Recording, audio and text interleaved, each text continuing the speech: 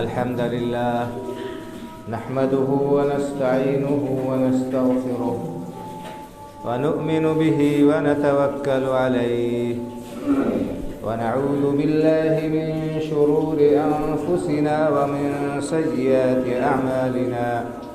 من يهده الله فلا مضل له ومن يضلل فلا هادي له وأشهد أن لا إله إلا الله وحده لا شريك له وأشهد أن محمدًا عبده ورسوله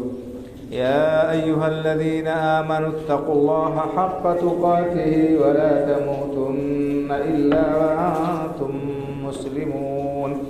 يا أيها الناس اتقوا ربكم الذي خلقكم من نفس واحدة وخلق منها زوجها وبث منهما رجالا كثيرا ونساء واتقوا الله الذي تساءلون به والأرحام إن الله كان عليكم رقيبا يا أيها الذين آمنوا اتقوا الله وقولوا قولا سديدا يصلح لكم أعمالكم ويغفر لكم ذنوبكم ومن يطع الله ورسوله فقد فاز فوزا عظيما أما بعد فإن خير الحديث كتاب الله وخير الهدي هدي محمد صلى الله عليه وسلم وشر الأمور محدثاتها وكل محدثة بدعة وكل بدعة ضلالة وكل ضلالة في النار أعوذ بالله من الشيطان الرجيم أم كنتم شهداء إذ حضر يعقوب الموت إذ قال لبنيه ما تعبدون من بعدي قالوا نعبد إلهك وإله آبائك إبراهيم وإسماعيل وإسحاق إلها واحدا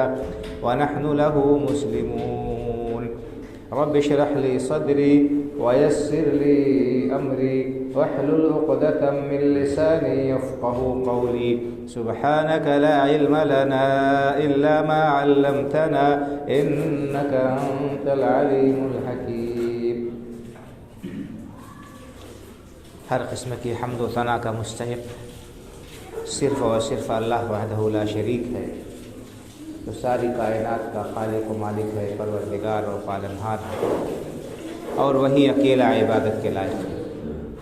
اس کے علاوہ کوئی بھی ہستی عبادت کے لائق نہیں۔ ہم اس پاک پروردگار کی حمد و ثنا بیان کرتے ہیں، بعدہ بے شمار صلاۃ و سلام نازل ہو سید الاولین والآخرین امام الانبیاء والمرسلین نبی المذنبین جناب محمد رسول اللہ صلی اللہ علیہ وسلم پر، آپ کے آل اولاد و متبعین پر۔ معزز حاضرین جمعہ، دینی و ملی بھائیوں اور بزرگوں، اولاد اللہ رب العالمین کا بہت بڑا عطیہ، اس کی بہت بڑی نوازش ہے جو وہ انسان کو عطا فرماتے ہیں۔ اولاد انسان کے لیے آنکھوں کی ٹھنڈک اور دل کا سکون ہوتی ہے۔ انسان اپنے اولاد کی خوشحالی، ان کی ترقی اور ان کی کامیابی کے لیے ہمہ وقت محنت اور کوشش کرتا ہے، اس کے لیے وہ فکر مند ہوتا ہے، جتن اور تدبیر کرتا ہے، اور یہ فطری بات ہے، ہونا ہی چاہیے۔ والدین اولاد کی پیدائش کے بعد سے لے کر ان کے خود کفیل ہونے تک ہر قدم پر اور ہر موڑ پر ان کی خیر خواہی کرتے ہیں، ان کے لیے فکر مند ہوتے ہیں۔ پیدائش سے لے کر خود کفیل ہونے تک اپنی اولاد کے لیے انسان مناسب رہائش، مناسب لباس، مناسب غذا جو اس کے بس میں ہے اور اس کے علاوہ آگے اس کے لیے ترقی کا کیا راستہ ہو سکتا ہے، تعلیم کے ساتھ ساتھ اور کوئی ہنر سکھانے تک کا جو آدمی جس میدان کا ہوتا ہے وہ اپنے دانست بھر، اپنے بس بھر اپنے اولاد کی کامیابی اور ترقی کے لیے پوری کوشش اور پوری محنت کرتا ہے، ہر قسم کی قربانی دینے کے لیے تیار ہے۔ تو یہ میں نے کہا یہ فطرت کا تقاضا بھی ہے اور یہ کوئی معیوب بات نہیں ہے، بلکہ یہ اسلام نے اس کی تلقین کی ہے، اس کی ترغیب دی ہے، اس کا حکم دیا ہے۔ لیکن اسی کے ساتھ ساتھ ہمیں یہ بات بھی معلوم ہونی چاہیے اور یہ بات جانتے ہیں ہم کہ ایک مسلمان کو صرف اس دنیا ہی کی فکر نہیں ہوتی، بلکہ اسے اس دنیا کے ساتھ ساتھ آخرت کی جو زندگی ہے اس کے لیے محنت اور کوشش، اس کے لیے بھی فکر و جتن کرنا اس کا لازمی فریضہ ہے۔ تو جیسے ہم اپنی اولاد کی دنیاوی کامیابی کے لیے محنت اور کوشش کرتے ہیں، فکر اور تدبیر کرتے ہیں، جتن کرتے ہیں، اور اولاد کو کامیاب ہوتے دیکھ کر ہی والدین کے خواب پورے ہوتے ہیں اور انہیں چین و سکون نصیب ہوتا ہے۔ اسی طرح سے ضروری ہے بھائی اور بزرگوں کہ ہم دنیا میں اپنے اولاد کی کامیابی اور ترقی کے لیے جس طرح کوشش کرتے ہیں اس سے زیادہ ان کی آخرت بنانے کے لیے، آخرت کی زندگی ان کی خوشگوار اور کامیاب بنانے کے لیے بھی ہم محنت کریں، فکر کریں اور کوشش کریں۔ قرآن کریم میں اللہ رب العالمین نے ارشاد فرمایا، یا ایھا الذین آمنوا قوا انفسکم واہلیکم نارا وقودها الناس والحجارہ علیہا ملائکۃ غلاظ شداد لا یعصون اللہ ما امرهم ویفعلون ما یؤمرون۔ اے ایمان والو، اپنے آپ کو اور اپنے گھر والوں کو جہنم کی آگ سے بچانے کی فکر کرو۔ یا ایھا الذین آمنوا قوا انفسکم واہلیکم نارا، اپنے آپ کو بھی اور اپنے اہل و عیال کو بھی، اپنے ماتحتوں کو بھی، اپنے متعلقین کو بھی جہنم کی آگ سے بچانے کی فکر کرو۔ ایسی آگ جس کا ایندھن انسان ہوں گے اور پتھر ہوں گے، جس میں انسان اپنی بداعمالیوں کی وجہ سے، اللہ کے نافرمانی کی وجہ سے، اپنے گناہوں اور جرائم کی وجہ سے اس جہنم میں ڈالے جائیں گے، اور ان کو سزا دینے کے لیے اس میں پتھر ڈالے جائیں گے جو گرم ہوں گے اور جن کی سوزش، جن کی تپش اور جن کی جلن سے انسان پریشان ہوگا، بیتاب ہوگا۔ تو ایسی آگ سے بچانے کی صرف اپنے ہی سلسلے میں فکر نہ کریں، بلکہ اپنے اہل و عیال اور اپنے گھر والوں کو بھی بچانے کی فکر کریں۔ علیہا ملائکۃ غلاظ شداد، وہ آگ ایسی آگ ہے جس پر اللہ رب العالمین کی طرف سے بڑے ہی سخت مزاج اور بڑے ہی قوی اور زبردست اور توانا فرشتے مقرر ہیں۔ لا یعصون اللہ ما امرهم ویفعلون ما یؤمرون، یہ فرشتے ایسے ہیں جو اللہ کے ہر حکم کو مکمل طور پر انجام دیتے ہیں، اس میں کسی قسم کی کوئی کوتاہی نہیں کرتے ہیں، کوئی نافرمانی نہیں کرتے ہیں۔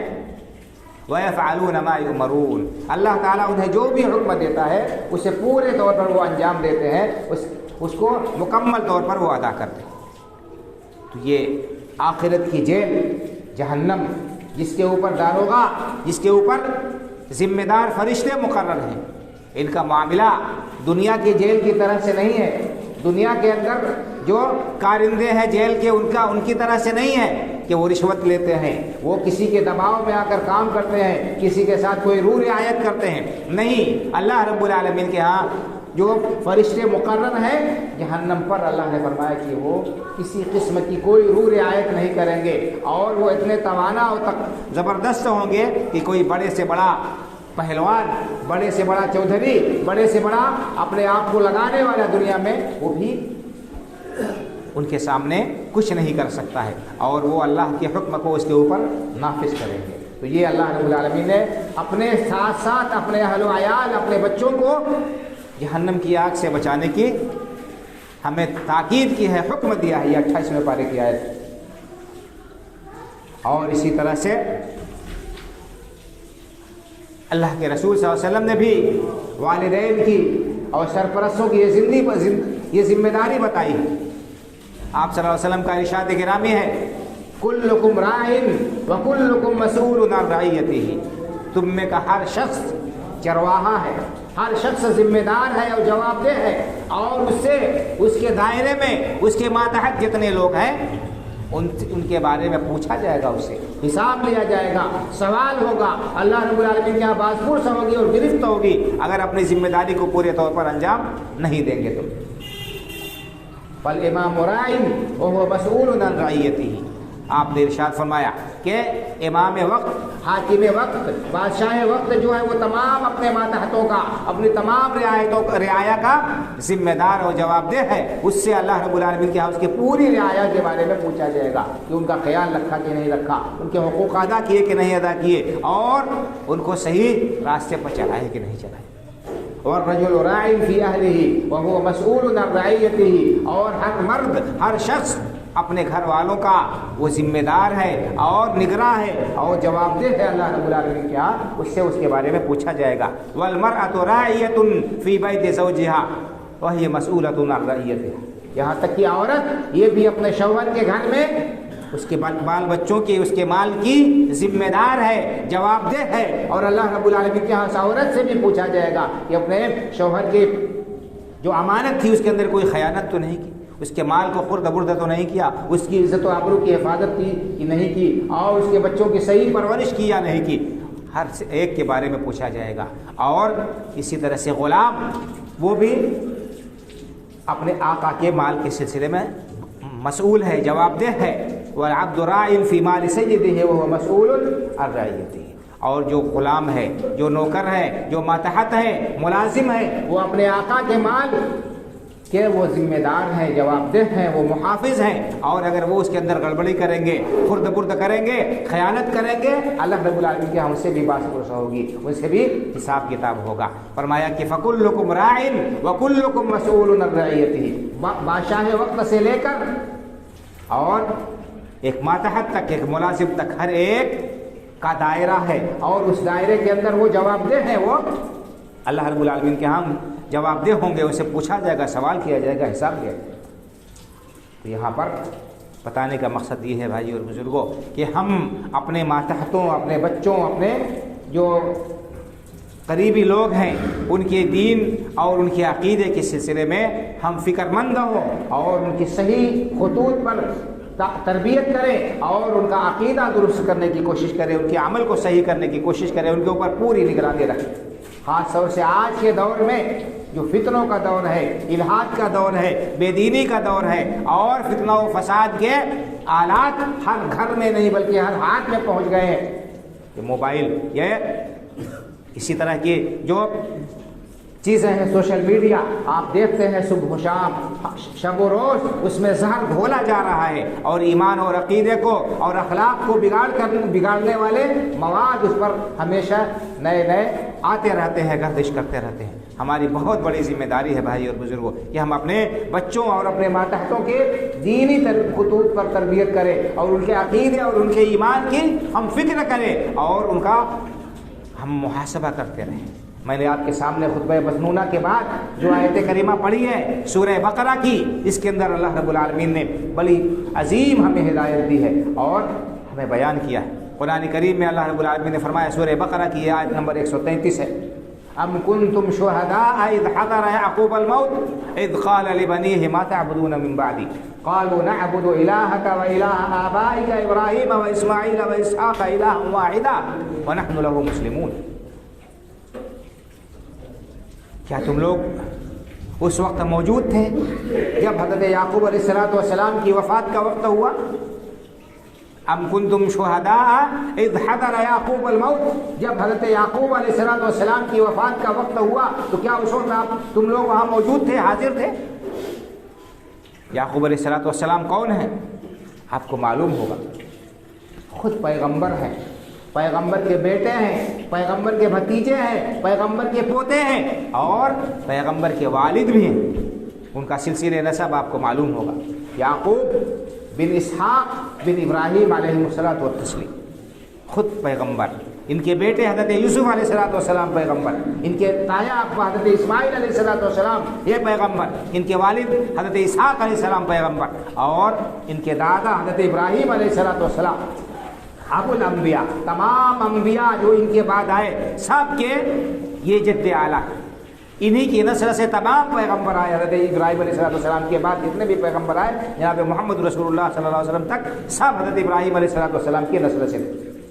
ابراہیم علیہ السلام کے بیٹے اسماعیل علیہ السلام بڑے تھے، ان کی نسل سے سید الاولین والآخرین جناب محمد رسول اللہ صلی اللہ علیہ وسلم تشریف لائے جو خاتم الانبیاء والمرسلین ہیں، اور دوسرے بیٹے حضرت اسحاق علیہ السلام کی نسل سے بقیہ انبیاء کرام علیہ السلام تھے، حضرت موسیٰ و عیسیٰ علیہ السلام، حضرت یحییٰ و زکریا علیہ السلام، اور اسی طرح سے دیگر جو بھی پیغمبر آئے حضرت ابراہیم علیہ السلام کے بعد سب انہی کی نسل سے تھے۔ تو یعقوب علیہ السلام کے بارے میں اللہ نے بیان کیا ہے کہ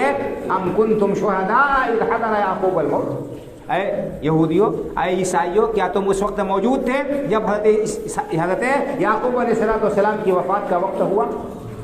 اذ قال لبنیہ ما تعبدون من بعدی، جب ان کی وفات کا وقت قریب ہوا حضرت یعقوب علیہ السلام نے اپنے بیٹوں، اپنے پوتوں کو، اپنے آل اولاد کو جمع کیا۔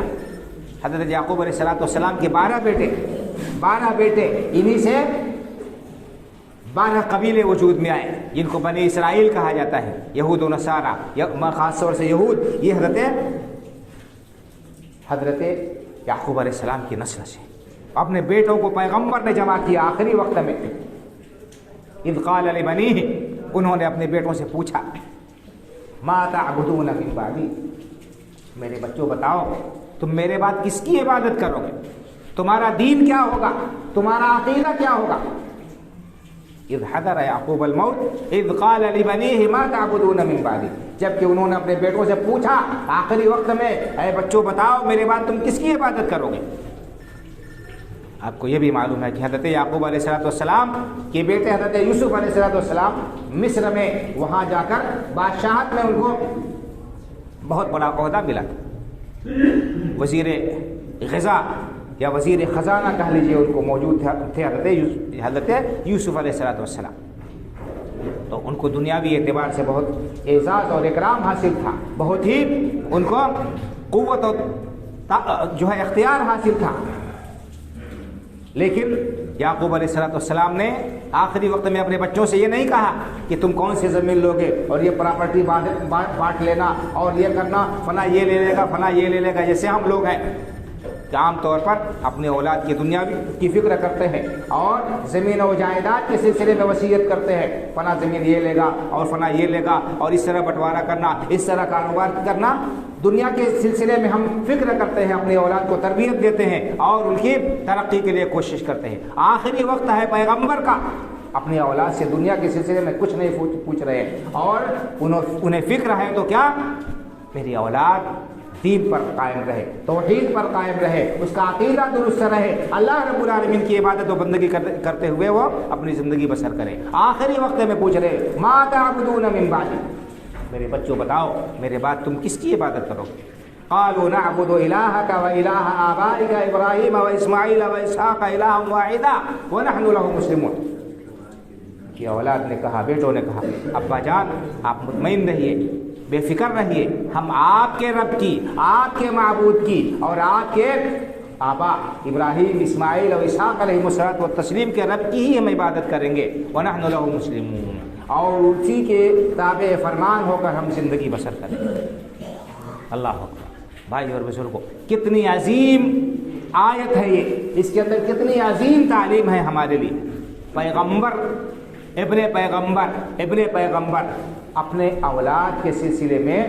متفکر ہیں، ان کے ایمان اور عقیدے کے سلسلے میں۔ کیا آج ہمارے اندر یہی جذبہ پایا جاتا ہے؟ کیا اپنے اولاد کی دینی تعلیم و تربیت کے سلسلے میں یہی تڑپ ہمارے اندر پائی جاتی ہے؟ کیا ہم اپنے اولاد کو اسی طرح سے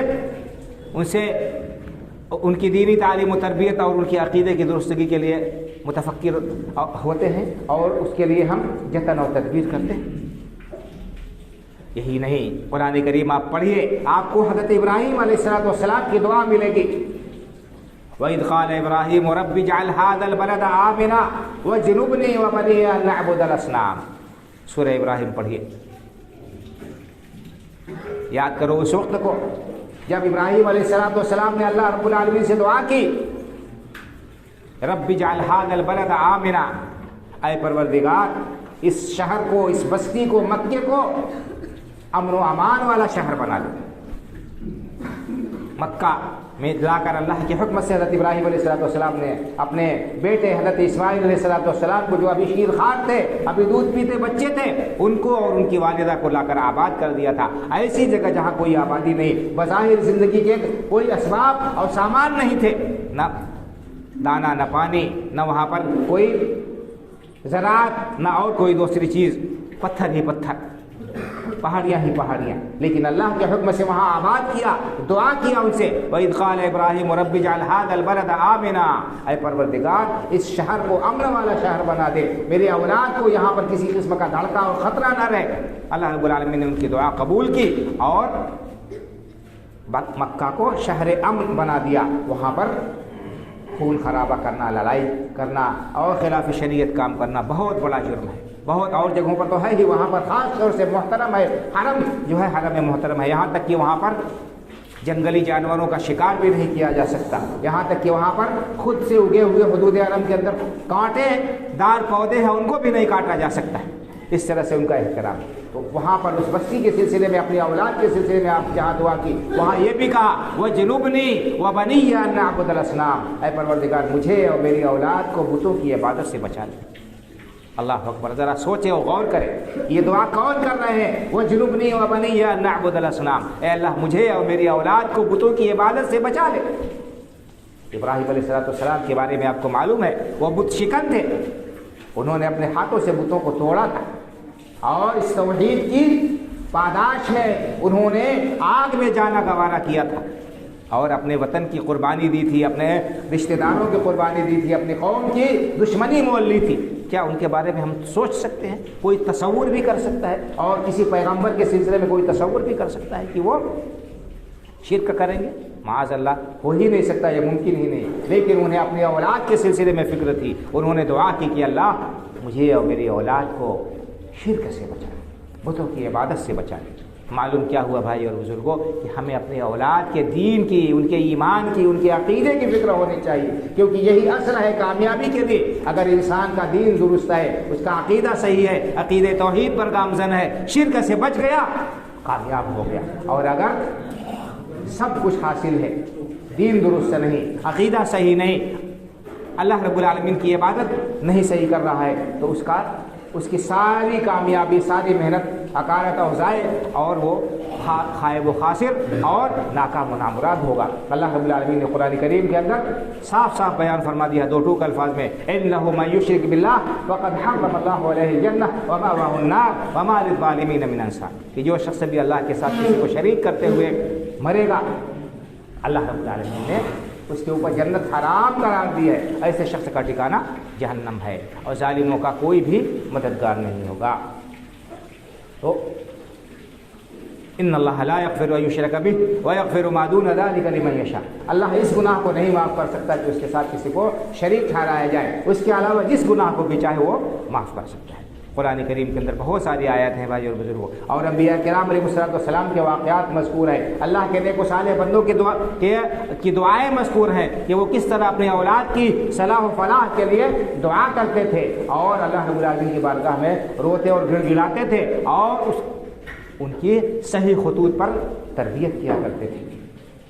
حضرت لقمان کا واقعہ بیان کیا ہے، وَإِذْ قَالَ لُقْمَانُ لِابْنِهِ وَهُوَ يَعِظُهُ يَا بُنَيَّ لَا تُشْرِكْ بِاللَّهِ إِنَّ الشِّرْكَ لَظُلْمٌ عَظِيمٌ۔ یاد کرو اس وقت کو جب کہ حضرت لقمان نے اپنے بیٹے کو نصیحت کی، بہت ساری وصیتیں اور نصیحتیں حضرت لقمان کی قرآن کریم کے اندر اللہ رب العالمین نے بیان کی ہیں جو انہوں نے اپنے بیٹے سے کی تھی۔ سب سے پہلے جو وصیت کی وہ کیا؟ لا تشرک باللہ، بیٹے اپنے اللہ کے ساتھ کسی کو شریک نہ ٹھہرانا، کیونکہ شرک سے بہت بڑا ظلم ہے، بہت بڑا ظلم ہے۔ تو یہ آیات ہیں اور احادیث بہت ساری ہیں بھائی اور بزرگوں، اللہ کے رسول صلی اللہ علیہ وسلم کا انداز تربیت بہت واضح طور پر ملتا ہے۔ اس سے یہ پتہ چلتا ہے کہ انسان کو اپنے اولاد کے تئیں ان کے ایمان اور عقیدے کے سلسلے میں بہت زیادہ حساس ہونا چاہیے، بہت فکر مند ہونا چاہیے۔ جس طرح ہم ان کی دنیاوی کامیابی اور ترقی کے لیے متفکر ہوتے ہیں، تدبیریں کرتے ہیں اور اس کے لیے پیسے خرچ کرتے ہیں، وقت خرچ کرتے ہیں، مناسب استاذ کا انتظام کرتے ہیں، بہترین ٹیوشن بہتر سے بہتر کوچنگ کراتے ہیں تاکہ ہمارا بچہ آگے بڑھے، ترقی کرے اور کامیاب ہو، اسی طرح سے ہماری لیے ذمہ داری ہے کہ ہم اپنے اولاد کے صحیح جو ہے عقیدے اور ان کے عمل کی اصلاح کے لیے بھی کوشش کریں، اس کے لیے بھی تدبیر کریں، اس کے لیے بھی ہم انتظام کریں۔ کتابیں، علماء، دروس اور دوسرے ذرائع جو ہو سکتے ہیں ان کے ذریعے سے ہم اپنے اولاد کے ایمان اور عقیدے کو درست کریں اور ان کو مضبوط کرنے کی فکر اور کوشش کریں۔ وقت نہیں ہے کہ میں مزید تفصیل میں جاؤں اور آپ سے اس سلسلے میں مزید گفتگو کروں، لیکن یہ اتنا اشارہ کافی ہے سمجھداروں کے لیے کہ کس طرح قرآن کریم میں اللہ رب العالمین نے ہمیں حکم دیا ہے، تاکید کی ہے مختلف انداز میں، مختلف پہلوؤں میں کہ ہم دنیا کے ساتھ ساتھ اپنی آخرت اور اپنے اولاد کی آخرت بنانے کی فکر کریں، خاص طور سے اپنے عقیدے کے درستگی کی طرف فکر کرے، ان کی کوشش کرے۔ اور اس جیسا کہ میں نے کہا، اس الحاد و دہریت کے دور میں جب فتنے جو ہے ہر طرف موجیں مار رہے ہیں، جب کہ ایمان کو حبط کرنے والی چیزیں ہر طرف پھیلی ہوئی ہیں، خاص طور سے ہمیں اس پہلو پر توجہ دینے کی بہت زیادہ ضرورت ہے۔ اللہ رب العالمین سے دعا ہے کہ اللہ تعالی ہماری اور ہماری اولاد کی حفاظت فرمائے، ہر قسم کی فتنوں سے ہمیں اپنی حفاظت و پناہ میں رکھے، ہمارے ایمان اور عقیدے کو اللہ تعالیٰ درست کر دے، توحید پر ہمیں قائم رکھے اور شرک کی تمام صورتوں سے، اسی طرح اللہ تعالیٰ کی نافرمانی کے تمام کاموں سے اللہ تعالیٰ ہمیں اپنی پناہ اور حفاظت میں رکھے، زندہ رکھے، اسلام پر اور خاتمہ ہو تو ایمان پر ہمارا خاتمہ ہو۔ اللہ تعالیٰ اپنے نیک اور صالح بندوں میں ہمیں شامل فرما لے، آمین۔ اقول قولی ھذا واستغفر اللہ لی ولکم ولسائر المسلمین فاستغفروه من كل ذنب انه هو الغفور الرحيم۔